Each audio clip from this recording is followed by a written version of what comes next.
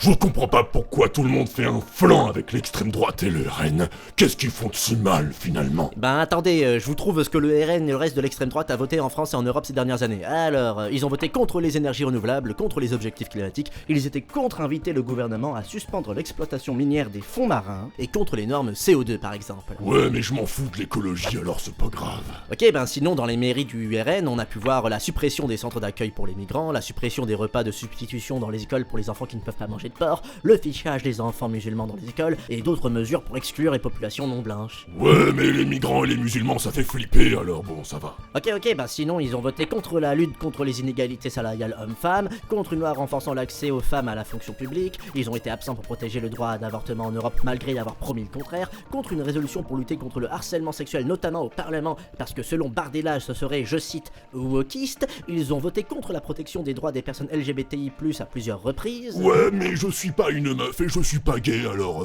D'accord, et ben ils ont voté contre un socle des droits sociaux, contre le gel des loyers en temps d'inflation importante, contre l'indexation des salaires sur l'inflation, contre l'augmentation du SMIC, contre la mise en place d'un salaire minimum en Europe, contre l'encadrement de la rémunération des stagiaires, contre la régularisation de l'installation des médecins afin de lutter contre les déserts médicaux, contre la protection des travailleurs précaires, absent pour la protection des agriculteurs, contre adapter l'assurance chômage en fonction de la conjoncture économique, contre la lutte contre les sectes, contre la revalorisation des petites retraites, absent pour le rétablissement de l'ISF, contre ou absent en ce qui concerne la lutte contre l'évasion fiscale dans toute l'Europe, contre les sanctions pour lutter contre le blanchiment d'argent, contre la lutte contre les abus des multinationales, et ils ont voté contre la protection de l'indépendance des médias.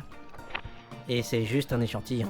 Ok, ils ont voté contre plein de trucs, j'ai compris, mais ils ont voté pour quoi? Alors, ils ont voté pour interdire aux salariés qui refusent un CDI de toucher le chômage, pour la vidéosurveillance à base d'IA, pour supprimer la proposition de loi interdisant les vols en jet privé, pour supprimer l'article créant un service public de la petite enfance. Ils ont aussi voté pour le secret des affaires et contre la protection des lanceurs d'alerte. Ils ont aussi voté pour assouplir les règles des cumuls des mandats des députés et des sénateurs. Bah ouais, sinon comment on pourrait garder nos sénateurs de 150 ans là? Ils font partie du décor un peu maintenant.